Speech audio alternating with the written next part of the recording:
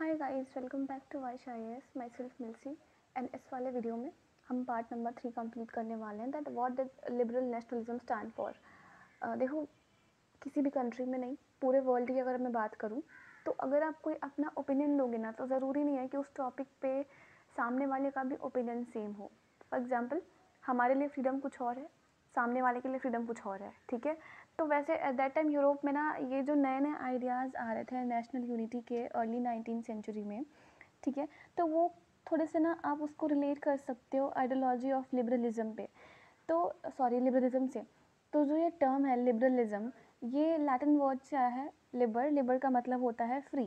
तो वहाँ पर जितने भी ग्रुप्स ऑफ पीपल थे, लाइक न्यू मिडिल क्लास थी, कुछ ट्रेडर्स थे, कुछ ऐसे भी लोग थे जिनको पॉलिटिकल इक्वालिटी चाहिए थी। तो उन सब के नज़र में जो ये लिबरलिज्म है, जो ये लिबरल जो वर्ड है, लिबरल नेशनलिज्म, इनका मीनिंग अलग अलग होता था, ठीक है। तो अगर मैं बात करूँ नए मिडिल क्लास के बारे में, तो जो जो न्यू मिडिल क्लास के लोग थे उनके लिए लिबरलिज्म का मतलब क्या था?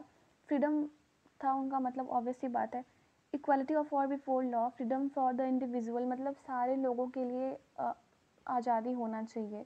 वो जिस जो हमारे आर्टिकल्स में दे रखा है ना, हमारे संविधान में दे रखा है, बड़े सारे ऐसे आर्टिकल्स हैं, फंडामेंटल राइट्स वगैरह हैं, तो वो इन लोग की डिमांड थी कि हाँ, हमें भी ऐसे राइट्स मिलने चाहिए। सारे हर एक इंडिविजुअल को अपना लाइफ, अपने जीवन जीने का अधिकार है, तो हमें भी इक्वालिटी मिलनी चाहिए, फ्रीडम मिलना चाहिए हमें भी। Equality of all before law, कानून के सामने सभी लोग समान हैं, ये भी मिलना चाहिए। बट अगर पॉलिटिकली देखें ना, तो it emphasise the concept of government by consent. But फिर भी जो फ्रेंच रेवोल्यूशन था, वहाँ पे लिबरलिज्म का मतलब था कि ऑटोक्रेसी को एंड करना है, जो भी क्लरिकल प्रिविलेजेस दिए जा रहे हैं उनको ख़त्म करना है, हमें एक संविधान चाहिए, एक रिप्रेजेंटेटिव गवर्नमेंट चाहिए थ्रू पार्लियामेंट। सिंपल से ये लोग डेमोक्रेसी मांग रहे हैं, इतने लंबे चौड़े लाइन में पता नहीं क्या लिख दिया है। बट हाँ, अगर देखा जाए तो जो ये न्यू मिडिल क्लास थी, इनका यही डिमांड था। इनके लिए लिबरलिज्म का मतलब यही था, डेमोक्रेसी, कि हमें आप डेमोक्रेसी दे दो, हमें नहीं चाहिए कि ऑटोक्रेटिक मोनार्क वगैरह कुछ नहीं चाहिए, बहुत ही मतलब ख़राब चीज़ है। 19 सेंचुरी में आप देखोगे ना, जो लिबरल्स थे वो जो प्राइवेट प्रॉपर्टी से भी वो लोग परेशान हो चुके थे, ठीक है। बाद में आप देखोगे ये जो इक्वालिटी बिफोर लॉ थी, वो सबकी तो डिमांड थी, बट साथ में उनकी एक और डिमांड थी, यूनिवर्सल सफरेज। सफरेज का मतलब द राइट टू वोट। उस टाइम पे वोटिंग राइट्स किसी को भी नहीं थी। तो मैंने आप लोग को पहले भी बताया था, क्लास 9th वाले एनसीईआरटी में भी मैंने बताया था कि वोटिंग राइट्स नहीं दे रखी थी, कभी कभी मिली, बट वो भी लिमिटेड ही मिली। तो यहाँ पे जो न्यू मिडिल क्लास थी, उनका डिमांड तो था ही कि हाँ, पार्लियामेंट के थ्रू हमें एक रिप्रेजेंटेटिव गवर्नमेंट चाहिए, मतलब डेमोक्रेसी चाहिए, साथ में हमें वोटिंग राइट्स भी दो, ठीक है। और अगर आपको याद हो, क्लास 9th में ही मैंने आई थिंक समझाया था ये सब चीज़ें, कि एक टाइम था, एक टाइम पीरियड आया फ्रांस में, जब उस टाइम पे राइट टू वोट अलाउड तो करा गया, बट जो जिनके पास बस प्रॉपर्टी है ना, उनके लिए अलाउड करा गया। जो जो मेन हैं जिनके पास प्रॉपर्टी नहीं है, और जितने भी विमेंस हैं, उन सबको पॉलिटिकल राइट से डिनाई कर दिया गया, मतलब उनको हटा दिया गया कि आपको कुछ नहीं मिलेगा। जिनके पास भी इतनी प्रॉपर्टी, अच्छा प्रॉपर्टी मतलब ऐसा भी नहीं कि हाँ एक घर हो, नॉर्मल सी, कुछ और भी हो तो आप दे सकते हो वोट, नहीं। उनका अलग सा अपना क्राइटेरिया था कि प्रॉपर्टी होगी तो इतनी होगी, आप तभी वोट डाल सकते हो, ठीक है। सोचो अगर ये चीज़ अगर इंडिया में हो जाए तो यहाँ के लोग क्या करेंगे हमारी सरकार का। एनीवे, जोक से पार्ट, आगे बढ़ते हैं, ठीक है। तो जो मैन विदाउट प्रॉपर्टी थे, जितने भी विमेन थी, वो अलाउड नहीं थी। बस एक ब्रीफ टाइम पीरियड आया, जैकोबिन क्लब जब खुला हुआ था, जब ये जैकोबिन जो लोग थे, मैंने बताया था मैक्सिमिलियन रॉबेस्पियर के बारे में, ये सब जब ये वाला टाइम पीरियड आया था, उस टाइम पे जितने भी मेल थे ना, रिस्पेक्टिव ऑफ देयर प्रॉपर्टी वगैरह जो कुछ भी है, बस एक वही टाइम पीरियड था जिस टाइम पे जितने भी मेल थे, उन्होंने राइट टू वोट, जो यूनिवर्सल सफरेज है, वो यूनिवर्सल सफरेज तो नहीं था खैर, बट हाँ बस ये सफरेज था, और means the right to vote, उन्होंने ये इन्जॉय करा था। उस टाइम पे ये नहीं था कि हाँ आपके पास प्रॉपर्टी है तभी आप वोट डाल सकते हो। हाउएवर, जो नेपोलियनिक कोड आया, जो मैंने इसके पहले वाले वीडियो में बात करी, सिविल कोड ऑफ 1804, जिसको हम लोग नेपोलियनिक कोड के बारे में के नाम से भी जानते हैं, सॉरी, ठीक है। इसने फिर से जो सफरेज था उसको लिमिटेड कर दिया, और जो विमेन का जो स्टेटस था उस टाइम पे सोसाइटी में थोड़ा सा ढंग का हुआ, मतलब ढंग का क्या, ढंग का तो खैर कुछ हुआ ही नहीं था, लेकिन फिर भी जब सारे मेल्स को राइट वोट देने का अधिकार मिला, तो वुमेन्स को अधिकार नहीं मिला जैकोबिन्स के अंडर में भी, बट फिर भी ठीक ठाक थी उस टाइम पे सिचुएशन। बाद में नेपोलियन ने जाकर के उनके स्टेटस को फिर से माइनर कर दिया, ठीक है। कि मैंने बताया था क्लास 9 में बहुत बड़ी सारी सी चीज़ें हो रही थी वेमेंस के लिए भी। अगर आपने नहीं देखा तो मैं फिर से बोल रही हूँ, वीडियो देख के आओ 9th क्लास की पूरी एनसीईआरटी, वरना ये मत देखना। ओके, तो नेपोलियन ने फिर से जो विमेन का स्टेटस था उसको रिड्यूस कर दिया, माइनर पे लेकर चला आया, और उसने विमेन को ऐसा बना दिया कि वो तो ठीक है, वो बस subject to the authority of their fathers and husbands, ठीक है, मतलब वो अपने फादर और हस्बैंड की अथॉरिटी है, उन्हीं के अंदर में रह के काम करेंगी, और इससे अधिक उनके पास कोई राइट वाइट नहीं है। Throughout the 19th century and early 20th century में आप देखोगे जो विमेन थी एंड जो नॉन प्रॉपर्टी मैन थे, ठीक है, उन्होंने एक अपोजिशन मूवमेंट को ऑर्गेनाइज करा। क्यों?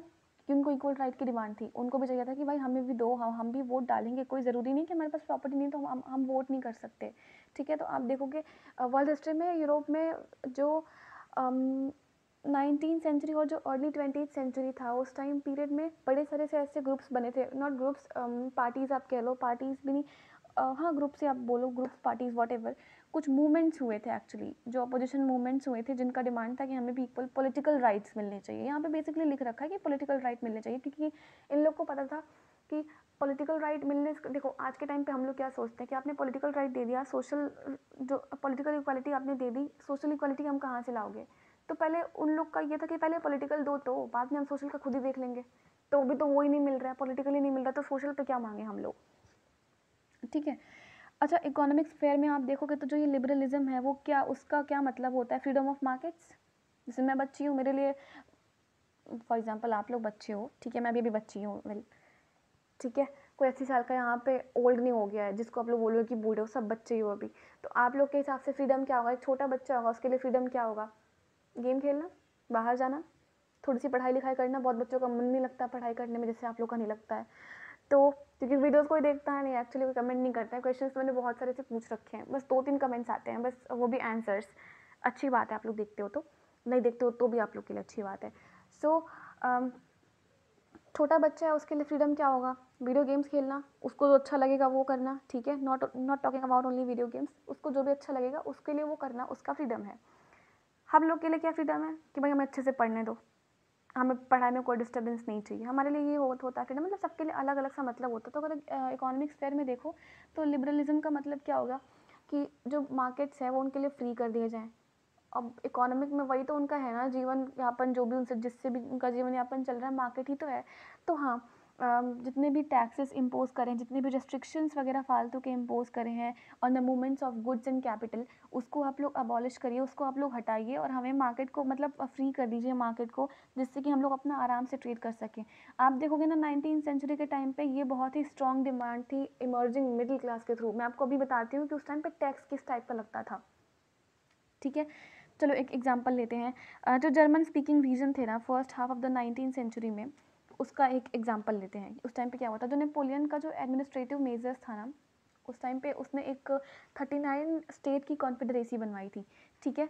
इन सारे मतलब 39 स्टेट के पास इनकी अपनी करेंसी हुआ करती थी, अपने वेट हुआ करते थे, अपने मेजर्स हुआ करते थे। वेट एंड मेजर्स मतलब आज जब शॉप पे जाते हो, वो जो लोहे का नहीं होता है जिस पे लिखा होता है इतना केजी, 5 केजी, पता नहीं क्या क्या लिखा होता है उस पर, ठीक है। तो वो होते हैं वेट्स एंड मेजर्स। तो सबके अपने अपने अलग अलग हुआ करते थे। अब एक बार की बात है, एक मर्चेंट था, वो ट्रैवल कर रहा था, ठीक है। 1833 की बात एग्जांपल दी आपके बुक में, मैं बताती हूँ कि उस टाइम पे टैक्स कैसे लगता था और कितना वाहियात टैक्स लगता था। तो वो 1833 में ना वो ट्रैवल कर रहा होता है हैम्बर्ग से लेकर के न्यूरेमबर्ग तक, शॉर्ट डिस्टेंस है, ज़्यादा लॉन्ग नहीं है, ठीक है। तो उसको अपना सामान अपने सामान को सेल करना था, जो भी उसका जो उसने जो गुड्स को प्रोड्यूस करा था उसको सेल करना था। और जब वो हैम्बर्ग से जब वो न्यूरमबर्ग गया, उस बीच में ही उसको 11 कस्टम बैरियर्स को पार करके गया। मतलब सोचो, यहाँ से निकल रहे हो एक एरिया में, वहाँ पे कस्टम बैरियर, फिर आपको वहाँ पे 5% टैक्स देना है, फिर ऐसे जितने भी 11 कस्टम बैरियर्स लगे हुए थे वहाँ पे लाइन से, आपको हर जगह पे 5-5% टैक्स देना है। तो क्या पता उसके पास उतना हो कि नहीं, ऑब्वियसली बात है उतना किसी के पास नहीं होता था, उतना उन्हीं के पास होता था जो ये बहुत ही कंट्री लेवल पे या फिर जो स्टेट लेवल पे बड़े से बड़े बिजनेसमैन हैं या फिर कुछ और भी मतलब बहुत बड़े से आदमी हैं, उनके पास ही होता था। वरना अगर आप किसी छोटे मोटे ट्रेडर को बोलो कि आपको यहाँ से यहाँ जाना है, बीच में इतने सारे से कस्टम बैरियर आएंगे और आपको हर बैरियर पे रुक के आपको कस्टम ड्यूटी पे करनी है 5% की, उसके पास आधा से भी कम पैसे बचेंगे, शायद वो भी ना बचें, ठीक है। और अभी आप लोग वो सेल करने जा रहा है, आप लोग तब उससे इतना टैक्स ले रहे हो, जब वो सेल करके आएगा तो आप लोग उससे पता नहीं क्या ही करोगे उसका। तो उस टाइम पे ऐसे टैक्सेस वगैरह चलते थे। जो ये जैसे हमारे यहाँ पे मीटर होता है ना, जो क्लोथ को मेज़र करने की जो यूनिट होती है वो मीटर होती है, ठीक है, सेंटीमीटर मीटर जो कुछ भी है कि 1 मीटर का कपड़ा इतना, ठीक है। तो वहाँ पे एलए होता था, तो वहाँ पे ना 1 एलए का दाम हर जगह पे अलग अलग होता था, ऐसे समझ लो। और जब ऐसी कंडीशन आई तो उसको लोगों ने ना एक ऑब्स्टिकल की तरह देखा इकोनॉमिक एक्सचेंज और उसकी ग्रोथ के लिए, कि हाँ यार ये क्या है, मतलब हमारे पास उतना खुद ही खाने को नहीं बच रहा है और तुम हमसे सारा टैक्स ही ले रहे हो।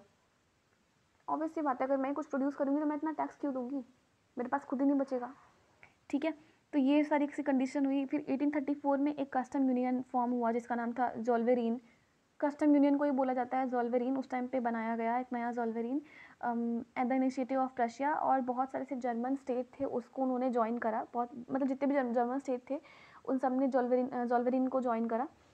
वहाँ पर ये बातें हुई कि जो ये आप टैरिफ वगैरह, जो ये टैरिफ बैरियर्स हैं जहाँ पे कस्टम ड्यूटी लगती है हर जगह पे रुक करके 5% की, आप इसको अबॉलिश करो।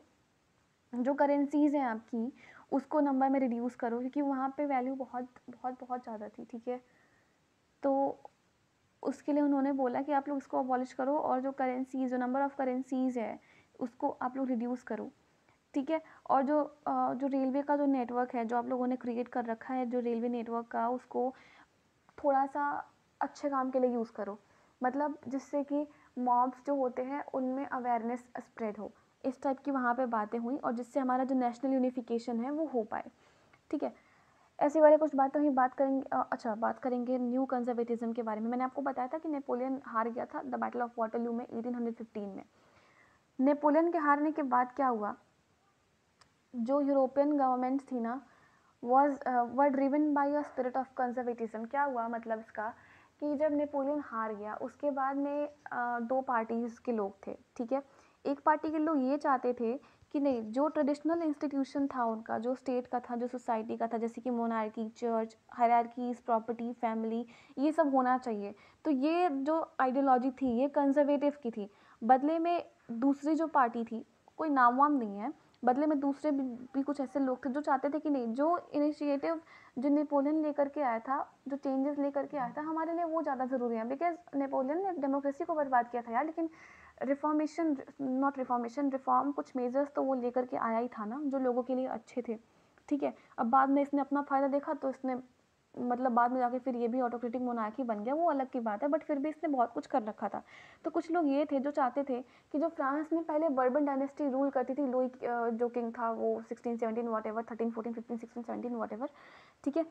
तो उनका रूल चाहते थे, जैसे चर्च वगैरह पहले चलता था, तो वो थे जो कंजर्वेटिज्म वाले आइडियोलॉजी पे बिलीव करते थे, कि वही लोग थे। उनके अलावा भी और भी लोग थे जो ये बिल्कुल नहीं चाहते थे कि वो अपने प्री रेवोल्यूशनरी डेज में जाए, बिकॉज उनको पता था कि वो बहुत ही ख़राब था, और जैसे जैसे टाइम आगे बढ़ रहा है कोई भी ऐसे बर्दाश्त नहीं करेगा ऐसे जो प्री रेवोल्यूशनरी डेज था वो, ठीक है। और उनको लगता था कि जो नेपोलियन ने जो मॉडर्नाइजेशन करा है वो काफ़ी ज़्यादा इम्पॉर्टेंट है मोनार्की को चैलेंज करने के लिए। और वैसी बात है, बाद में वो भी जाके मोनार्क बन ही गया, मैं बार बार बोल रही हूँ, बिकॉज भूलना मत ये बात, ठीक है। और इसी बात को लेकर के दोनों में बहसबाजी हुई। देन अगेन इन 1815 में क्या हुआ, जो रिप्रेजेंटेटिव ऑफ यूरोपियन पावर्स थे जिन्होंने मिलकर के नेपोलियन को हराया था, ब्रिटेन, रशिया एंड ऑस्ट्रिया, वो वियना में मिलते हैं, ठीक है, to draw up a settlement for Europe. जो कांग्रेस होती है, कांग्रेस कोई पार्टी नहीं थी, वो लोग मिले ना, तो उसी को बोला गया कांग्रेस, ठीक है। तो उसको होस्ट करा एक ऑस्ट्रियन चांसलर ने जिसका नाम था ड्यूक मेटरनिक, ठीक है। तो जो कि डेलीगेट्स मिले थे, जितने भी ये कंट्रीज़ के लोग थे वो मिले थे, तो उन्होंने एक ट्रीटी ऑफ वियना साइन करी 1815 की। उस ट्रीटी के अंडर में ना कुछ कुछ चीज़ें हुई। क्या क्या चीज़ें हुई, सबसे पहले तो ये कि जो फ्रांस में जो पहले फ्रेंच रेवोल्यूशन के टाइम पे जो पहले बर्बन डायनेस्टी थी उसको यहाँ पे रिस्टोर कर दिया गया पावर पे, ठीक है। वही कंजर्वेटिव वाला रूल था, ठीक है, ऑटोक्रेटिक मोनार्क वाला रूल था, कोई डेमोक्रेसी नहीं आएगा इस, ठीक है। तो उसको जो बर्बन डायनेस्टी थी उसको यहाँ पे डिप्लॉय कर दिया गया, मतलब उसको रिस्टोर कर दिया गया, नॉट डिप्लॉय कर दिया गया, ठीक है। जिसको डिपोज कर दिया गया था पहले फ्रेंच रेवोल्यूशन के टाइम पे, उसको बाद में फिर से यहाँ पे लेकर के आया गया। फ्रांस की जो बाउंड्री थी उसके आसपास कुछ स्टेट को बोला गया कि हाँ ये इतना इनका, ये इतना इनका, मतलब बंदरबाट कर लिया आपस में खुद ही यार एक दूसरे के साथ, ठीक है। क्यों कर लिया ये? फ्रांस को था ना, मतलब फ्रांस के साथ ये इन्होंने इसलिए किया कि ये अपना आगे एरिया को एक्सपेंड ना कर पाए, ठीक है। तो जो नीदरलैंड का किंगडम था जिसमें बेल्जियम वगैरह आता था, उसको नॉर्थ में सेटअप करा गया।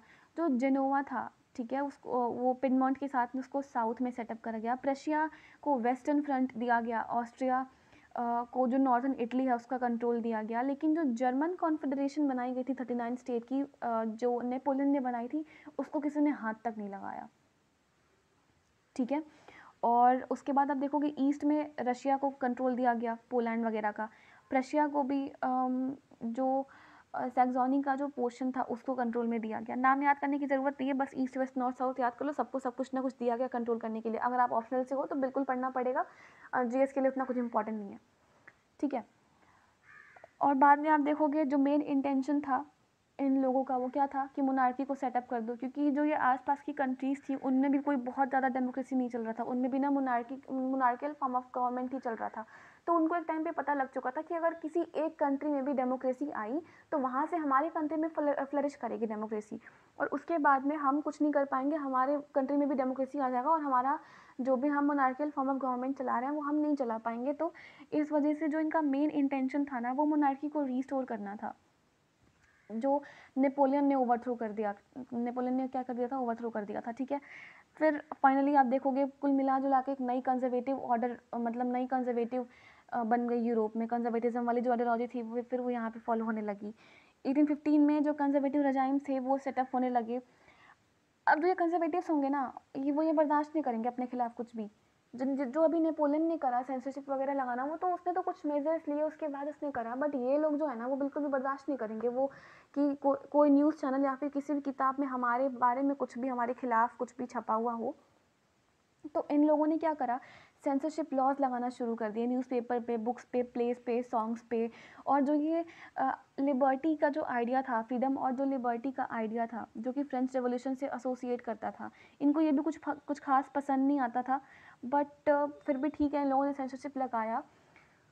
लेकिन जो ये मेमोरी थी ना फ्रेंच रेवोल्यूशन की, वो बहुत आगे भी जाकर के लिबरल्स को इंस्पायर करती रही, क्योंकि अब ऐसा तो नहीं है ना कि पूरा फ्रांस ही चाहता होगा कि हाँ वापस से कंजर्वेटिव वाली आइडियोलॉजी लेके चले आओ। अब ये लोग तो लेके चले आए, बाकी कुछ अदर पार्टीज भी तो थी, अदर ग्रुप्स ऑफ पीपल भी तो थे जो नहीं चाहते थे कि यहाँ पे जो कंजर्वेटिज्म है वो यहाँ पे लागू हो। तो उन लोगों को ना ये जो लिबरलिज्म वाली जो आइडियोलॉजी है वो हमेशा से इंस्पायर करती थी। एक अभी हम आगे बात करेंगे रेवोल्यूशनरीज के बारे में, नेक्स्ट वाले वीडियो में बात करेंगे, ठीक है। बहुत ही एक मेजर इशू लिया गया था लिबरल नेशनलिस्ट के द्वारा, जिसने क्रिटिसाइज़ करा था कंजर्वेटिव ऑर्डर्स को। सबने याद रखा कि भैया हमें फ्रीडम ऑफ प्रेस मिलना ही चाहिए, ठीक है। क्योंकि जो लोग जो लिबरल नेशनलिस्ट थे जिनको ये कंजर्वेटिव राज नहीं चाहिए था, उनका ये था कि उनको फ्रीडम ऑफ प्रेस मिलना चाहिए, क्योंकि एट दैट टाइम तक जो सेंसरशिप इन लोगों ने लगाया था वो प्रेस पे एक लिमिट से ज़्यादा वो डोमिनेट कर रहा था। मतलब प्रेस वाले कुछ कर ही नहीं सकते थे। अगर ये लोग मतलब संख्या में 1 लाख भी हो जाते ना जो ये लिबरल नेशनलिस्ट हैं, तब भी प्रेस वाले कुछ नहीं कर सकते थे। तो इनको अभी तक ये पता चल गया था कि जो हमें प्रेस की जो फ्रीडम है वो हमें चाहिए ही चाहिए एनी हाउ, ठीक है। अभी के लिए इस वाले वीडियो में बस इतना ही रहने देते हैं, ठीक है। शॉर्ट वीडियोस ही बनेगी, कल बात करेंगे गोसिप मैगजीन के बारे में, ठीक है। क्योंकि ये वीडियो शॉर्ट बनेगी बहुत सारी सी, क्योंकि ट्रिकी चीज़ है, कॉन्सेप्ट समझना ज़रूरी है। तो देखना है तो देखो, अच्छी बात है, नहीं देखना है आप लोग का नुकसान होगा, तो कोई बात नहीं। जाने से पहले एक इंपॉर्टेंट इन्फॉर्मेशन एज यूजुअल, कि जो भी एस्पिरेंट सीरियस होकर के यूपीएससी की प्रिपरेशन करना चाहते हैं वो यहाँ पे दिएगा व्हाट्सअप नंबर पे हमारे वाइस सर को कांटेक्ट कर सकते हैं। आप कर रहे हो या करना चाहते हो या कर चुके हो, नॉट कर चुके हो मतलब 2 अटेम्प्ट दे भी दिया है, नहीं भी हुआ तो भी सर को मैसेज कर सकते हो। सर को आप उनके इंस्टाग्राम हैंडल पे भी मैसेज कर सकते हो, सर को मेल भी कर सकते हो, बट ये सर का पर्सनल नंबर है, तो आपके लिए ज़्यादा बेटर होगा कि आप सर को व्हाट्सएप कर दो। कोई भी ग्रुप्स वगैरह नहीं बने हैं यहाँ पे, बस टीचर्स दिखाए जा रहे हैं, बट हाँ सर की पर्सनल मेंटरशिप भी प्रोवाइड होती है guys, okay. So thank you very much, have a great day ahead.